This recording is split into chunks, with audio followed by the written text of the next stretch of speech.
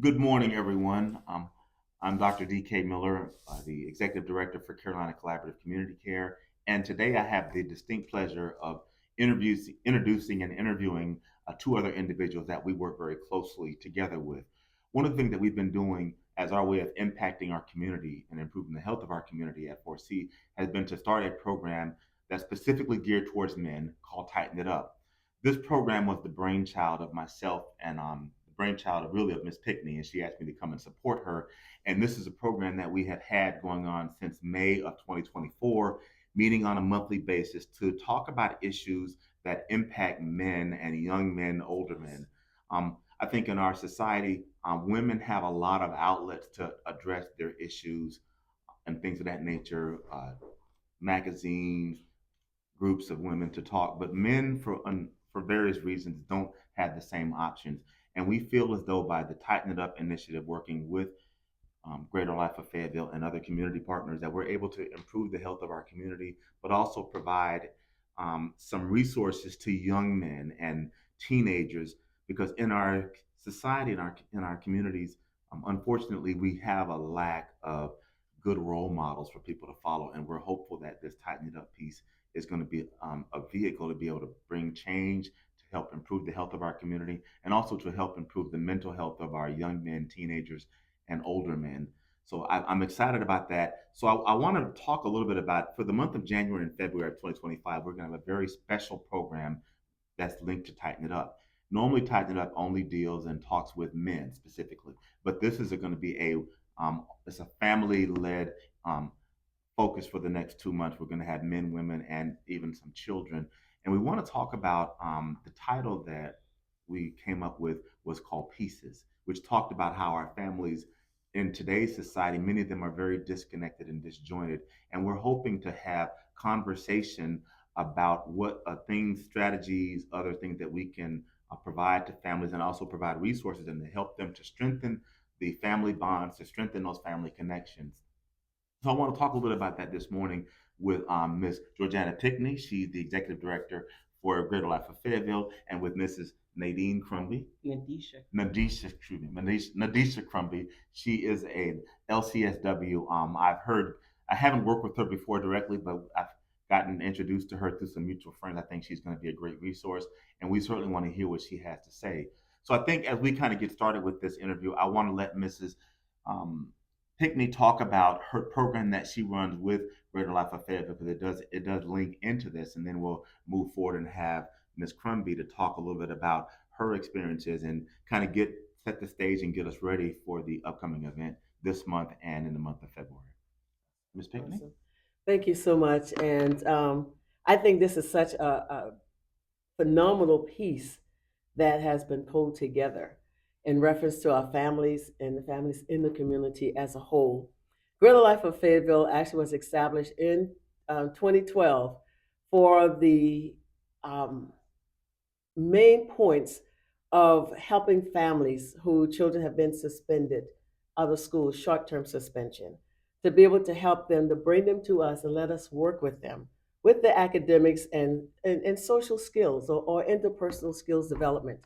We also offer after school tutoring and mentoring 3 days out of the week, along with the monthly parenting workshop that we also put on along with Tighten It Up and 4C. We also offer a 4 week summer academy where we target the grades that the children are going into. And we work with first through eighth graders. And during that time, we work with the social skills, we work with the academics, we work with developmental concerns that they may have. We have some young people that have speech impediments that we work with. We have some that have minor challenges, not severe behaviors, but minor challenges that we work with them. The parents, um, since we've been doing this, we only have a few, but the majority of them have been phenomenal working with us, coming alongside us, and us providing the resources they need. And they have taken hold of that. And that has been such a great, heartfelt for me to see that they are taking advantage of our services. So we're tightening it up, coming alongside just for men. They need this because the young men in our program, and we need more male volunteers. Yes. We Yes. have a lot of women. I mean, the women come out beautifully, but we had a young man that said, Ms. G, where are the men? I need a mentor too. And so as the young men are coming, we have the women, but we cannot relate to the young men the way men can. Yes. So we're always looking for men mentors. And we do a lot with the kids during the summer, from field trips to historical art. We have taken them to a therapeutic horse ranch. We have taken them to just various trips. One year we took them to the upside down house in South Carolina, to the beach, but just various things to help build their social skills. And we also have like the last Saturday in July every year, and it's called Through My Eyes. And what that does, they research one historical area in Fayetteville, Cumberland County. They do the research. We show them how to do a presentation. Then they put in the art form the way they see it through their eyes. And we invite you, the community, to always come in and judge their artwork. And what this does, it builds their confidence. They help them how to speak, and it's all basically reading, writing, sentence structure, and their thought pattern. So we look forward to working with these kids every year, and it has not been a day gone by that I said I don't want to do this. Every day it's like, what else can we do to help? And when Tighten It Up came about, I went, this is awesome. So now we're grabbing not just the men alone in the beginning. It will lead up to the May and June. And we want this to be an annual event that the parents, the mothers, the fathers, the children all would glean from this. Yes. Yes. I think that's a wonderful illustration, an explanation, and I think you're so right, Ms. Pinckney. One of the things that has become clear as we begin to work and build up Tighten It Up is the fact that we do have a need to have male mentors for our young men. Yes. The young men have some very specific challenges that they face that may are a little bit different than the young ladies, and not having actual mentors and good role models to follow, I think that leads to other challenges. And so, for the event we're going to have in January, February, we're going to have a panel discussion that's going to include several mental health professionals, along with pastors and other individuals. And we're going to allow folks in the audience to ask questions. There are going to be resources that are going to be available, access to resources, and also referrals. One of our panelists is the young lady on the other side of me, and that's Miss Crumbie. She's an LCSW, and I wanted her to speak a little bit about her experience. She's going to be one of our panel members, and she'll have a short presentation that she'll do at the Tighten Up event, but she'll also be available for questions. But I think it's really important from my perspective to bring individuals like Miss Crumbie to the community, because sometimes we do have a lack of resources, and we also have some ignorance about the benefits of mental health services, or we also have fear and other kinds of things that deter people from getting the help they need. But I want to hopefully break barriers and let Ms. Crumbie talk about the benefits and her experience as a LCSW in our communities with our families and what that looks like. And one thing you said, when you said ignorance, is basically it's lack of knowledge. They need that knowledge. Yes. And it's up to them when we give them that knowledge, they need to grab hold of it. Exactly. Because we are there for them and they need to understand that as well. Yes. I think, hi everybody, my name is Nadesha Crumbie, and I'm the owner of Journey PLLC, which is a mental health services I provided for anyone in the community who's willing. I have faith-based services as well, also non-faith-based services.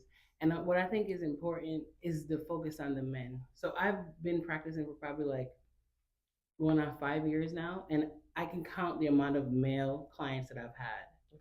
And it's interesting because I think it's a great need. Like men have a great need for mental health services, but because of the stigma, I think they're less likely to seek out the help. Yes. Because if you, like, I've sat with some of my clients who are male, and they think that therapy is like, for people who are weak, or you can't get your mind right, and that's not the truth.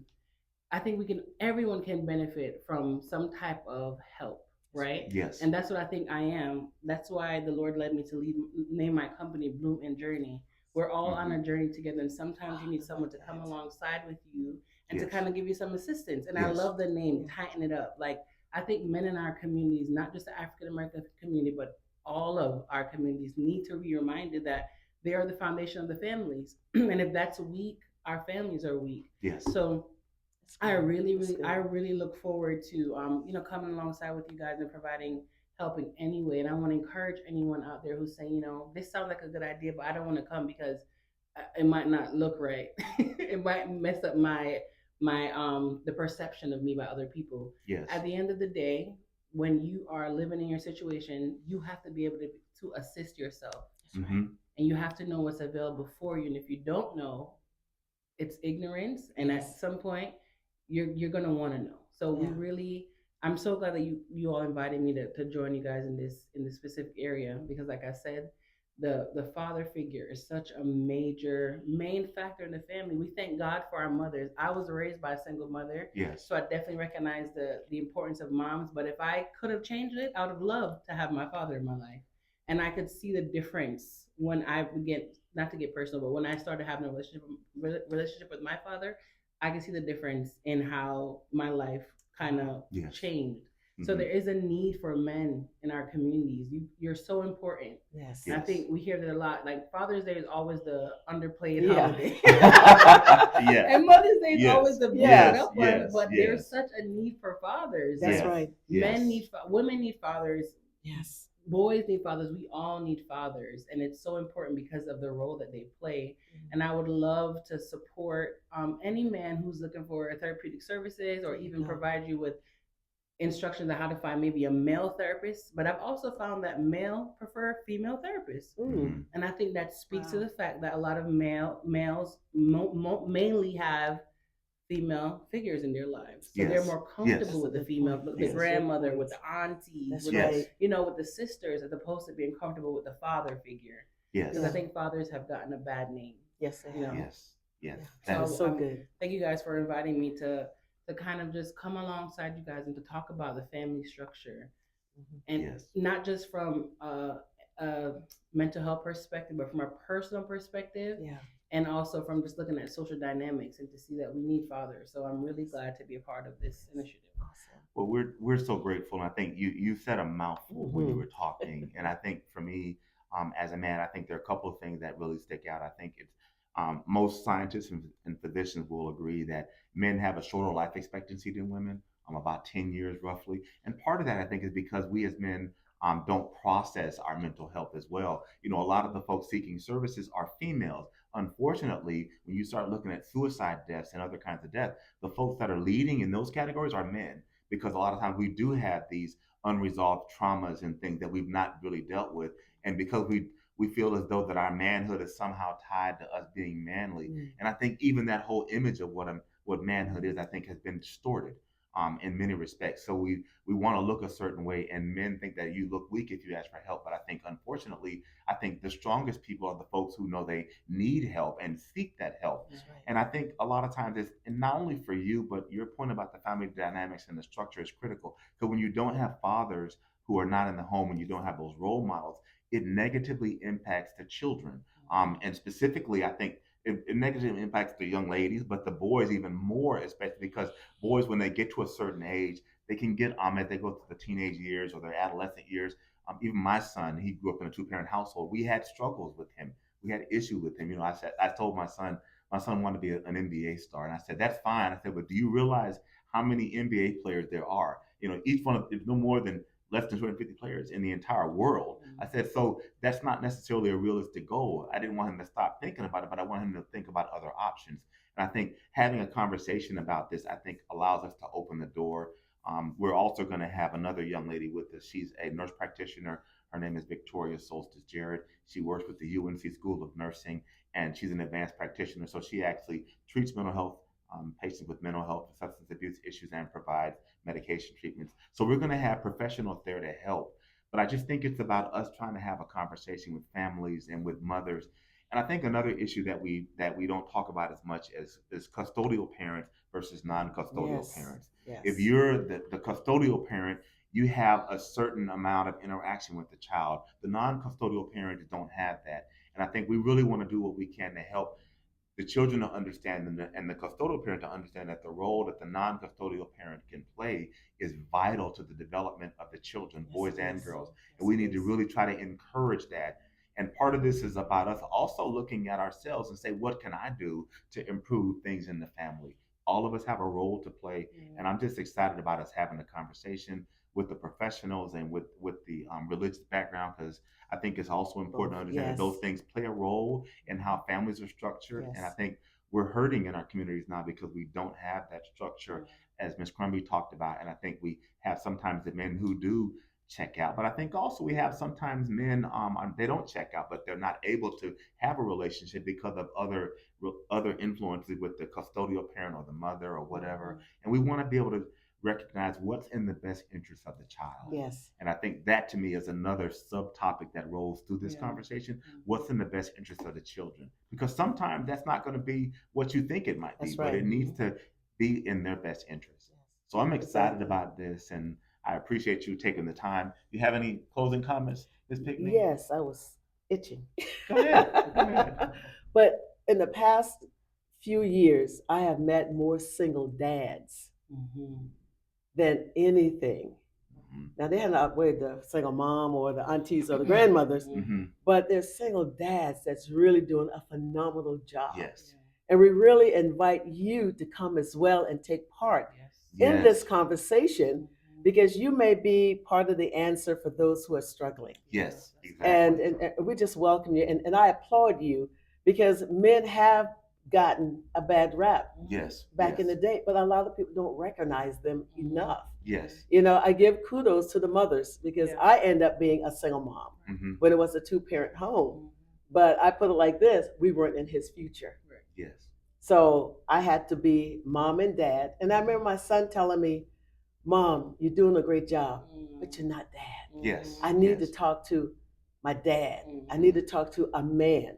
And I can understand all of that. And my feelings would hurt, you know, but we just invite everybody to take part in this. If you can't come out in the January, come out in the February session, or try to come out in both of them. And your opinion matters. Yeah, it does. I want to say, I think one of the major things that I focus on when I work with my clients is the compassion piece.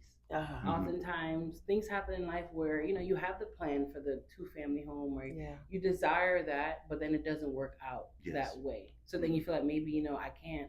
I've had moms say, like, you know, I feel like I'm a bad mother because things didn't work out with the partner and or with the husband or whatever it may be. But I feel like, no, as a Christian, I believe strongly in redemption. I believe that nothing is wasted. That's right. Yes. So even going back to having the custodial parent, the non-custodial parents, I think co-parenting is such an important conversation to have. It is possible to have a baby mother and not have baby mama drama. That's right. Yes. Vice versa. Definitely. Baby father and not have baby father drama. You can have healthy co-parenting. And I think that starts with having two healthy parents. There you go. You have to work on, in order for the kids to be okay, you have to work on you. That's right. You can't expect your kids to be in school making straight A's and you're not emotionally available, you're not physically available, you're not mentally available, because that affects the child. Yes. There are some kids who thrive in spite of, but that's not the exception. That's not the rule. That's just an exception. Yes. You know, we want to be able to empower parents to feel empowered to help your kids. And that starts with you, mom and dad. In this case, dad, you are important, and we need you to be we need to be at your highest capacity so that you can be the best for your kids. There you go. Yes. I think these are great conversations, and I want to make sure I've got a gentleman who's working behind the cameras. He's my assistant director, Daryl Young. You can't see him, but he's doing a great work. And I'm going to ask Daryl, as he's editing this video, to go ahead and put out the information about both of the events and put contact information out there, phone numbers and other things if you want to reach us, because we want you to share this message so we can have as many folks participating in the area as possible. We might be working out some other ways to get this message out, maybe recording it so people can have it who are not able to attend, but we want to have as many folks coming out as they can. And Daryl will put the contact information out there. I thank you for taking time out of your schedule to listen and pay attention and hopefully support this. But if nothing else, please pass the message so that others can hear this, because the need we have for our strong families and healthy fathers is important. And I think I want to encourage the men to say, listen, there's nothing wrong with talking about it. Yes. Even if you just come and don't say anything, but just listen, Just I think listen. you'll be, this is such a huge benefit. And if you don't do it for you, then do it for your loved ones, do it for your children, your grandchildren, the family members, other folks, so that we can help to strengthen our families. Because part of what we're seeing now, I think, is pieces is the fact that our families are not as connected as they need to be. They're Yes. disjointed, and we're trying to do something about that. So I thank you. I'll let you close out. I'll let you close out with the last word. Well, I'm just grateful for the vision that God has given us, because this is all about Him bringing the families together. And we just have to follow the way He wants us to do it. And this is one of His ways. Yes, yes. Yeah. Thank you both for inviting me. I'm really excited for this month and February's event. I look forward to everyone coming. I think it will really be beneficial for all of us. Thank you so much, everybody. We're going to have information for you. Daryl's going to put information out there about the events, our location, and times and things. But we're looking forward to you supporting us. And please pass the message. And if you can, please come out. We'd love to have you. Take care. Have a great day, everyone.